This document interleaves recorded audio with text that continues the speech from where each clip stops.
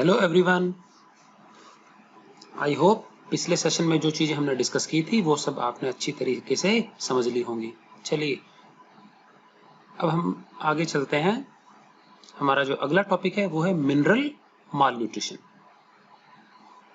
इसमें हम देखेंगे हमारे बॉडी के लिए जो जरूरी मिनरल्स हैं वो कौन कौन से हैं, उनके प्राइमरी फूड सोर्सेज क्या क्या है और हमारे शरीर में उनका क्या फंक्शन है। ठीक है, चलिए तो पहला जो हमारा इंपॉर्टेंट मिनरल है वो है सोडियम।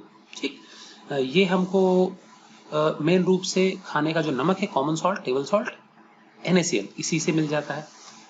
अपार्ट फ्रॉम दैट ये अंडों में पाया जाता है, मीट है, फिश है, मिल्क है, इन सब में भी ये काफी मात्रा में मिलता है। ठीक है, शरीर में क्या रोल है इसका, ये हमारे बॉडी में जो proper muscular contraction and relaxation है, हमारे बॉडी में जितने भी हम मूवमेंट्स करते हैं वो मसल्स के कारण होती है, और मसल्स के प्रॉपर कॉन्ट्रैक्शन रिलैक्सेशन, इसके लिए ये आयन जरूरी है। इसके अलावा हमारे शरीर में जो फ्लूइड है, दैट इज ब्लड, उसमें जो आयोनिक बैलेंस है, इलेक्ट्रोलाइटिक बैलेंस है, क्या क्या चीजें सही मात्रा में घुली हुई होनी चाहिए, कितनी होनी चाहिए, इस सब को रेगुलेट कौन करता है, सोडियम आयन करता है। और इसके अलावा जो नर्वस सिस्टम में जो नर्व्स हैं वो मैसेज को, इम्पल्स को इलेक्ट्रोकेमिकल प्रोसेस के रूप में इधर से उधर जब ले जाती है, तो उस कंडक्शन में भी इंपॉर्टेंट रोल है किसका, सोडियम आयन का। ठीक है, तो ये तीनों मेजर रोल हो गए सोडियम आयन के। क्लियर है।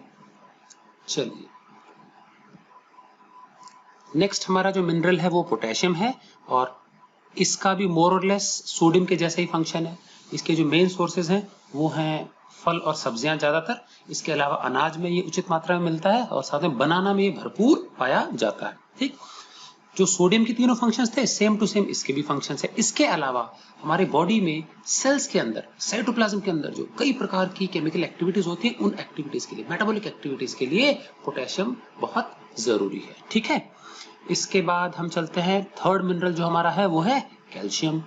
सफेद कलर का ये मेटालिक मिनरल है, और ये सफेद कलर की खाने पीने की चीजों में मिलता है। मिल्क हो गया, घी हो गया, एग हो गया, इसके अलावा एप्पल और सब्जियों में भी ये काफी मात्रा में मिलता है।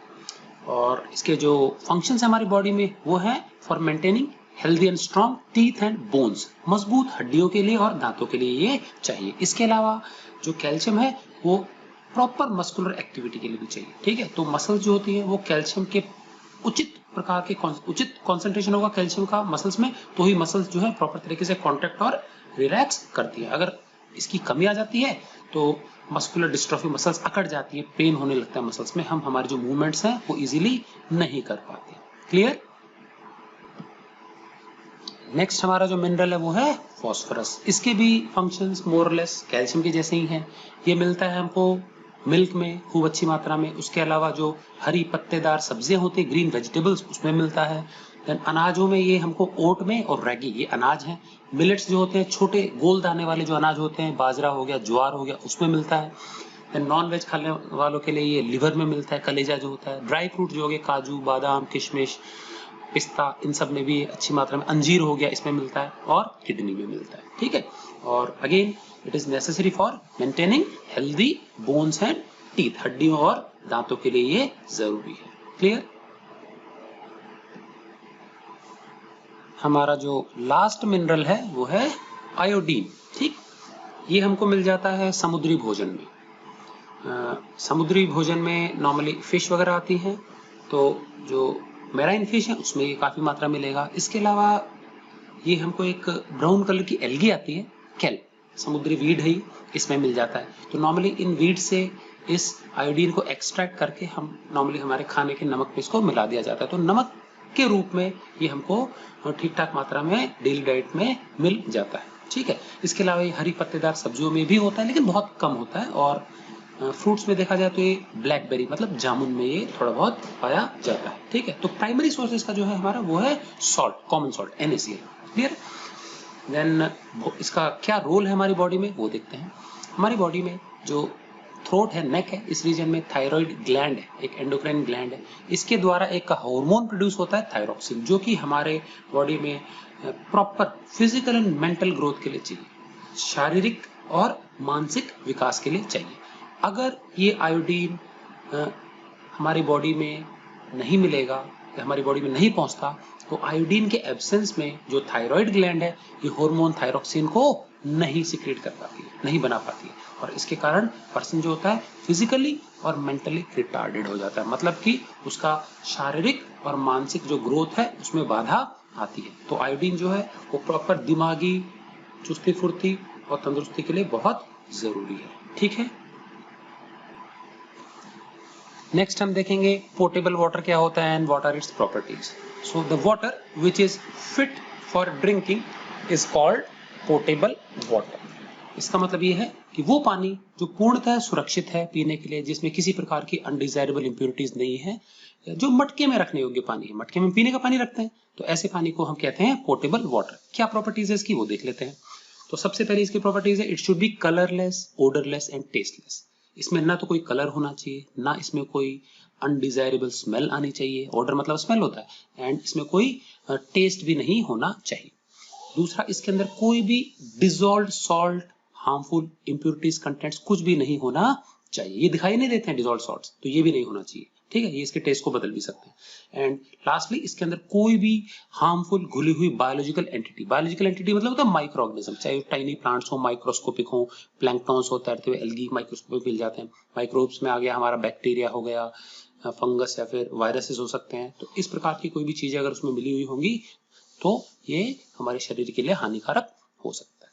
चलिए, अभी सपोज हमारे पास एक पानी का सैंपल है जो कि ओपन वाटर सोर्स से लिया हमने, सपोज बावड़ी से, तालाब से, कुएं से, कहीं से भी लिया, तो कैसे पता चलेगा कि वो पानी का सैंपल, वैसे तो उसमें कुछ दिख नहीं रहा, कलरलेस है, ऑर्डरलेस, टेस्टलेस ही दिख रहा है, लेकिन कैसे पता लगेगा कि वो प्योर है कि नहीं है?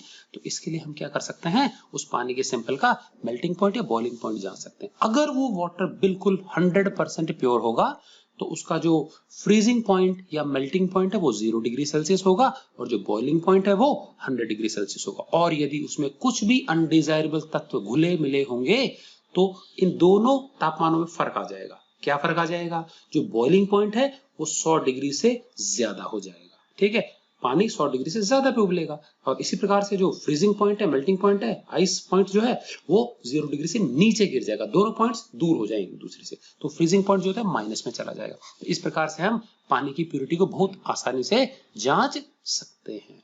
क्लियर?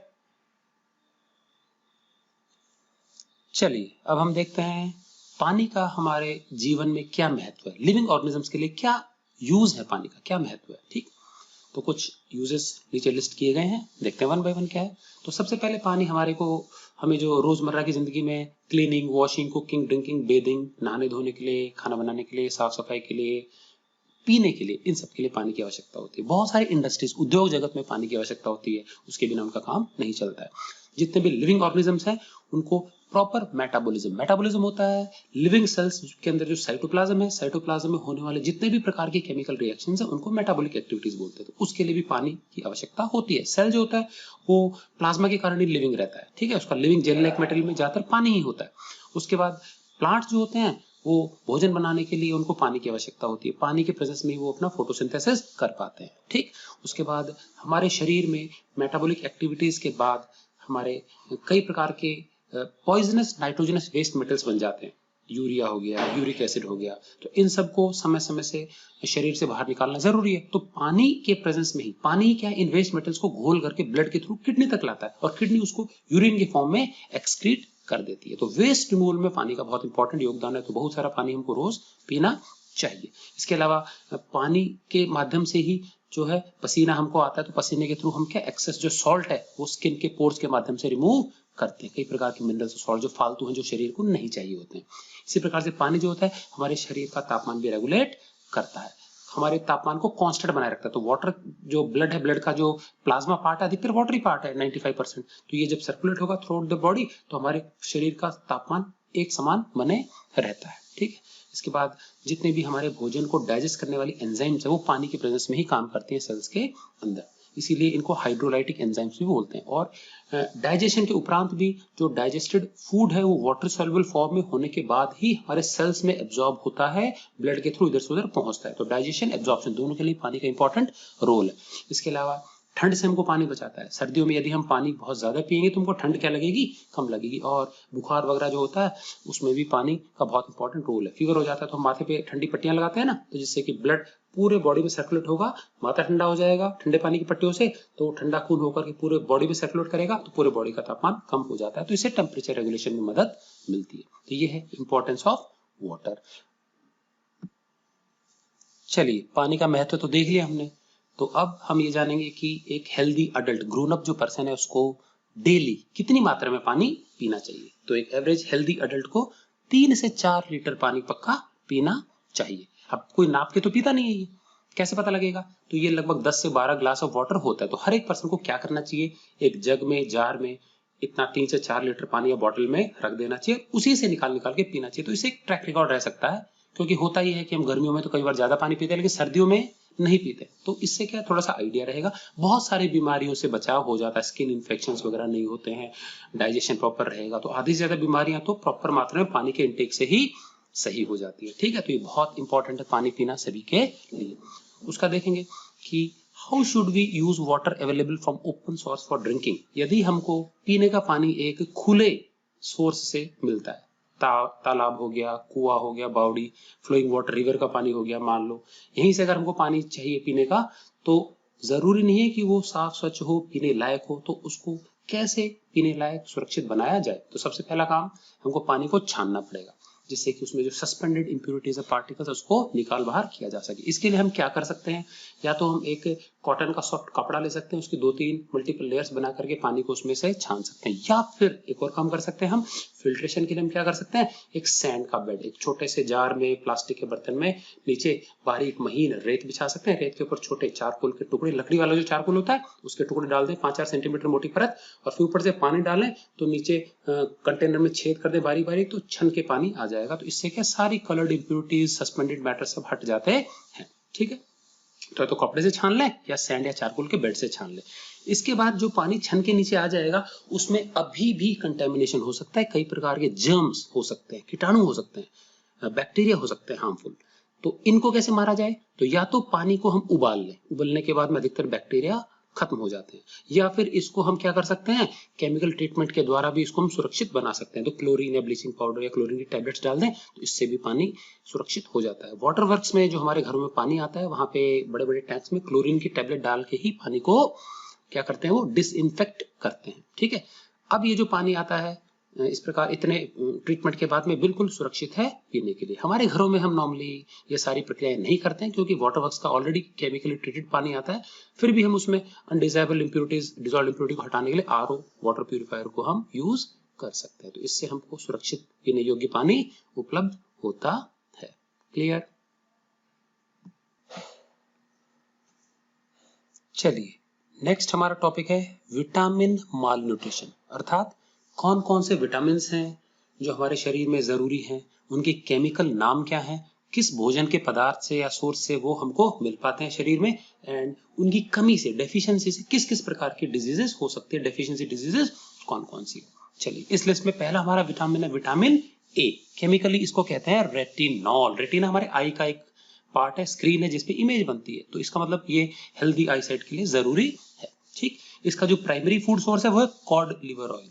कॉड एक प्रकार की समुद्री मछली है, उसके लिवर से ऑयल निकाला जाता है, मार्केट में इसकी येलोइश कलर की छोटी छोटी कैप्सूल्स अवेलेबल होती है। ठीक है, apart from cod liver oil, ये हमको येलो कलर के फ्रूट्स हो गए, जैसे कि पपाया हो गया, मैंगो हो गया, पंपकिन हो गया, कद्दू हो गया, कैरेट हो गया, गाजर, इनमें भी ये काफी मात्रा में हमको मिल जाता है। ठीक है, चलिए अब देखते हैं इसकी कमी से शरीर में क्या प्रॉब्लम आ सकती है। तो इसकी कमी से होने वाली बीमारी का नाम है नाइट ब्लाइंडनेस। नाम खुद ही सजेस्ट कर रहा है, अंधेरे में, रात के समय जो विजन है वो काफी पुअर हो जाती है, कम दिखाई देता है। कम रोशनी होते ही हमारा जो विजन है वो भी क्या हो जाएगी, कमजोर। इसी को हम केराटो मलेशिया के नाम से भी जानते हैं। क्लियर? तो ये तो होता हमारा क्या, vitamin A, first vitamin. Okay, अगला हमारा विटामिन है विटामिन बी। अब ये बी जो है काफी बड़ा, बी फॉर बड़ा, बड़ा परिवार है इसका, बहुत सारे विटामिन की लिस्ट है इसमें, और इसीलिए इस पूरे बड़े परिवार विटामिन बी परिवार को हम विटामिन बी कॉम्प्लेक्स के नाम से जानते हैं। क्लियर है? अकेला एक विटामिन नहीं, पूरी लिस्ट है लंबी चौड़ी। बुक में आप लोगों के 3-4 ही इसके मेंबर्स दिए हुए हैं, लेकिन मैं पूरे डिस्कस करूंगा यहाँ पे, फिर आप लर्न चाहे जितने करने वो कर लीजिए। ठीक है, चलिए, तो इस लिस्ट में हमारा पहला है विटामिन B1, केमिकल नेम इसका है थायमीन, स्पेलिंग पे गौर करेंगे। इसका जो फूड सोर्स है वो है राइस ब्रैन, चावल जो होता है ना धान कच्चा, उसके छिलका जो होता है उससे ऑयल निकाला जाता है, उसमें उचित मात्रा में मिल जाता है, कई फल सब्जियों में मिलता है।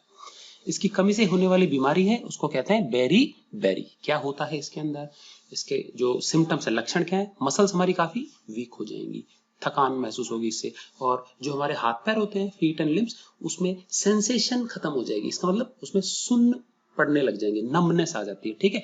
जैसे कई बार होता है ना पैर सो जाता है तो अचानक से हम उसको टैप करेंगे या उसको हम छूते हैं तो एकदम से जैसे झुर्रियां सी दौड़ जाती हैं शरीर के अंदर हाथ पैरों में, तो उस प्रकार की टिंगलिंग सेंसेशन होती है, ठीक है। और क्योंकि हमारी जीभ है वो प्योर मसल ही है, तो मसल्स वीक हो जाती है तो बोलचाल में दिक्कत आ जाती है, जीभ साथ छोड़ देती है, तो कुछ भी बोला जाता है ढंग से, तो स्पीच जो होती है वो स्पष्ट नहीं होती है और कई बार मेंटल कंफ्यूजन भी हो जाता है। तो ये था विटामिन B1। देन उसका अगला जो हमारा विटामिन है वो है विटामिन B2। इसका केमिकल नेम है राइबोफ्लेविन। इसका जो प्राइमरी फूड सोर्स है वो अंडे, एग है, ठीक है। और इसकी कमी से जो होने वाली बीमारी है उसको बोल देते हैं राइबोफ्लेविनोसिस। ए हटा भी सकते हैं, राइबोफ्लेविनोसिस भी कह सकते हैं। ए मतलब एब्सेंट है विटामिन B2 अगर हमारी डाइट में, तो ठीक।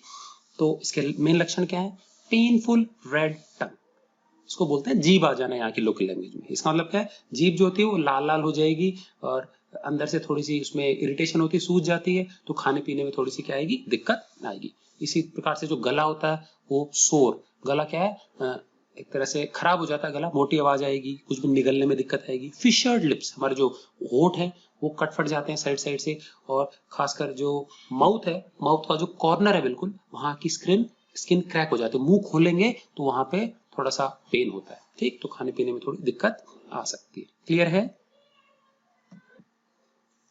चलिए इसी लिस्ट में हमारा नेक्स्ट विटामिन है विटामिन B3, केमिकल नेम इसका है नियासिन, और इसका जो प्राइमरी फूड सोर्स है वो लिवर है।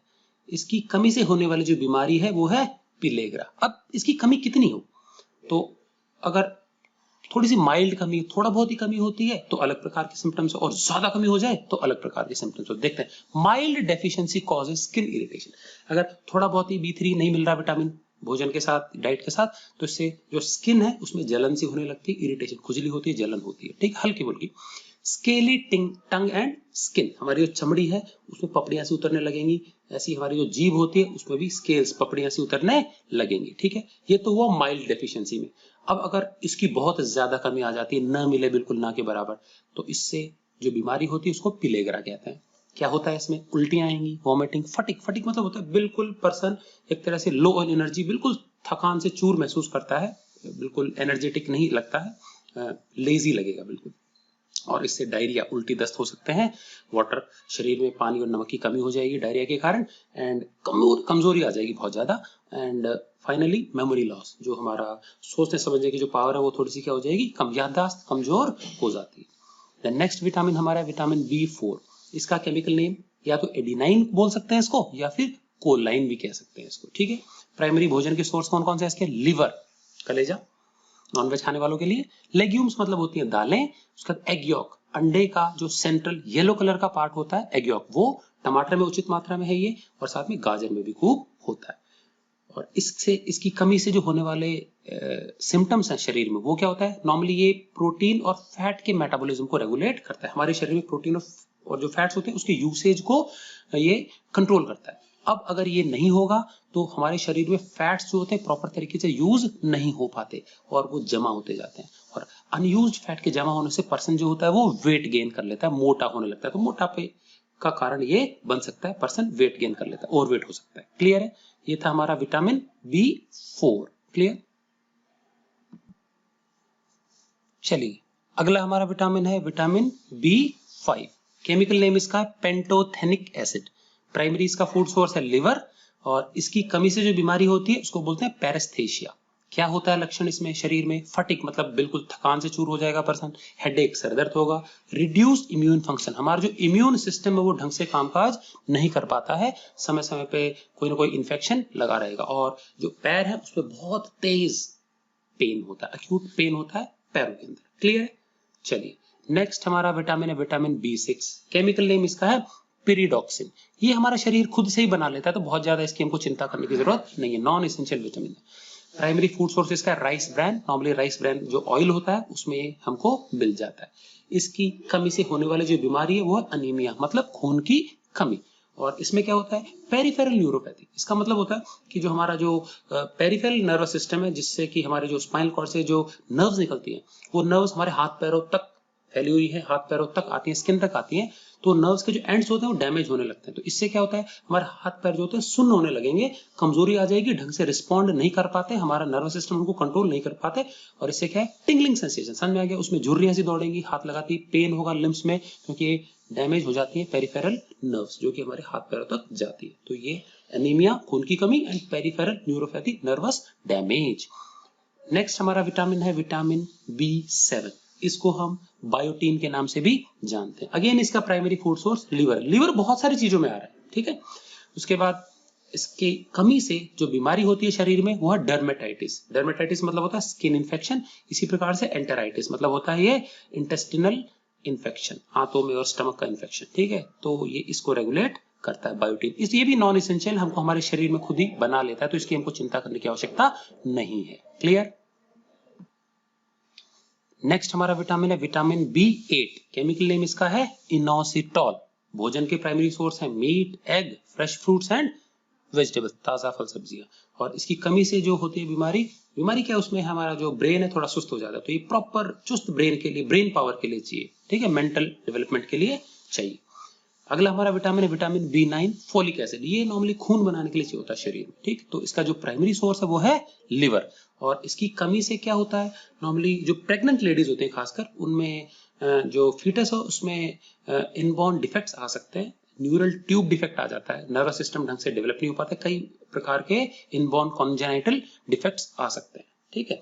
तो इसी कारण जो प्रेग्नेंट लेडीज होती है उनको विटामिन B9 या फिर फोलिक एसिड की टैबलेट्स दी जाती है प्रेगनेंसी के दौरान, ठीक है। तो इससे क्या उचित मात्रा में ब्लड आरबीसी फॉर्मेशन होता है, जो कि नरिशमेंट के लिए जरूरी है यंग वन के लिए, एम्ब्रियो के लिए। So birth defects during pregnancy such as neural tube defect, ये होता है विटामिन B9 की कमी से। क्लियर है। नेक्स्ट हमारा विटामिन है विटामिन B12। केमिकल नेम इसका है साइनोकोबाल्मिन। कोबाल्मिन शब्द सजेस्ट करता है इसमें कोबाल्ट होता है मेटल्स में, ठीक है। प्राइमरी सोर्स इसका लिवर है।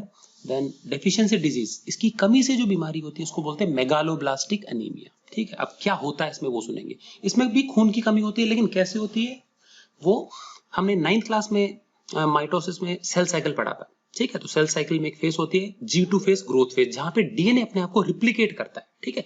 तो जब बोन मैरो के अंदर आरबीसीज बन रहे होते हैं, तो एक सेल से नए सेल से बनते हैं, तो उस दौरान जो होता है G2 फेज में डीएनए सिंथेसिस में बाधा आती है, डीएनए सिंथेसिस हो नहीं पाता, तो नए सेल्स बन नहीं पाते, बनने से पहले वो डिस्ट्रॉय हो जाते हैं, तो सेल साइकिल कंप्लीट ही नहीं होती है।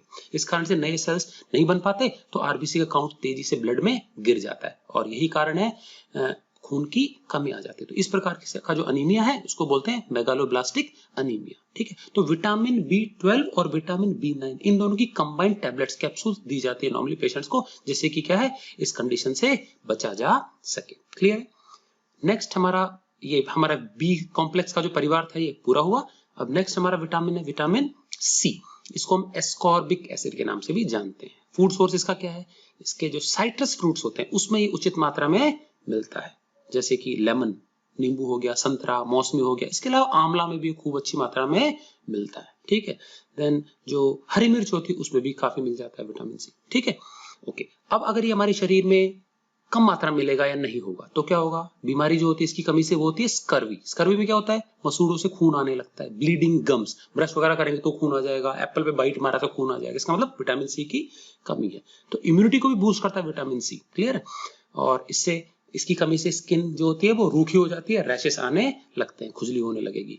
तो ये है विटामिन C का रोल। क्लियर। चलिए नेक्स्ट हमारा विटामिन है विटामिन D। केमिकल नेम इसका है इर्गोकैल्सीफेरॉल, शॉर्ट में इसको कैल्सीफेरॉल भी कहते हैं। इसका प्राइमरी फूड सोर्स है कॉड लिवर ऑयल, मछली के लिवर का ऑयल है, समुद्री मछली है ये।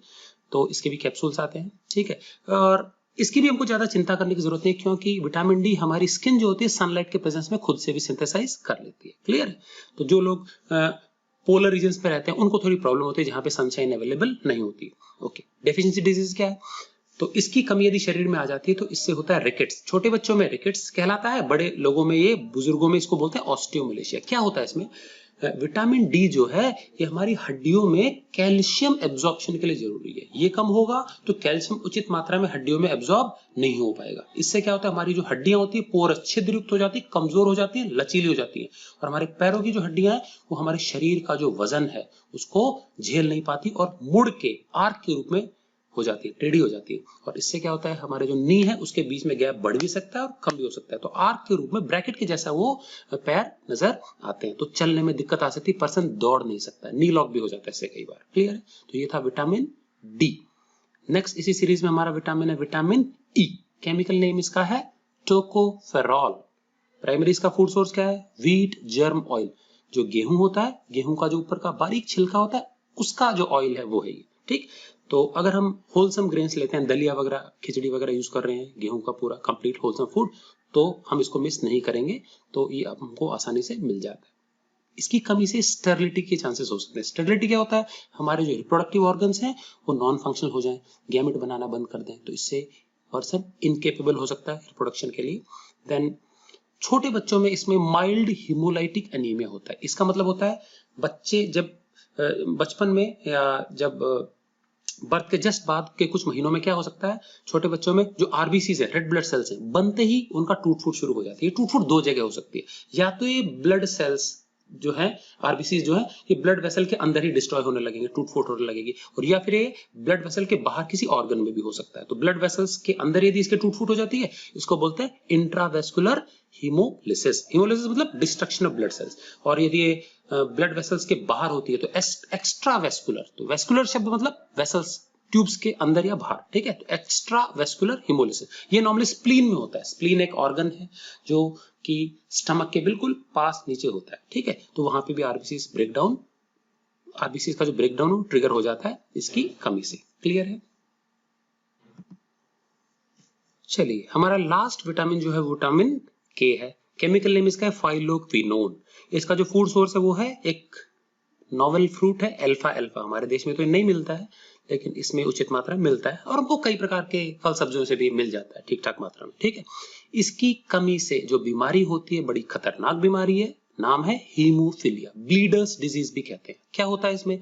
यदि शरीर में किसी भी हिस्से में कोई चोट, कट, इंजरी हो जाए तो कंटिन्यूसली लगातार उससे खून बहते रहता है, और कई बार बहुत ज्यादा एक्सेसिव ब्लड लॉस के कारण पर्सन की डेथ भी हो सकती है। ठीक है, और इसमें खून क्या है, क्लॉट नहीं होता, जमता नहीं, तो ब्लड क्लॉटिंग फैक्टर जो होता है वो एब्सेंट हो जाता है। तो विटामिन के प्रेजेंस में ही ब्लड क्लॉट होता है। इसकी कमी आने से ब्लड क्लॉटिंग में बाधा आती है। तो वाउंड जो होते हैं, घाव होते हैं, जल्दी से चोट भरती नहीं है, चोट क्लियर ठीक नहीं होती।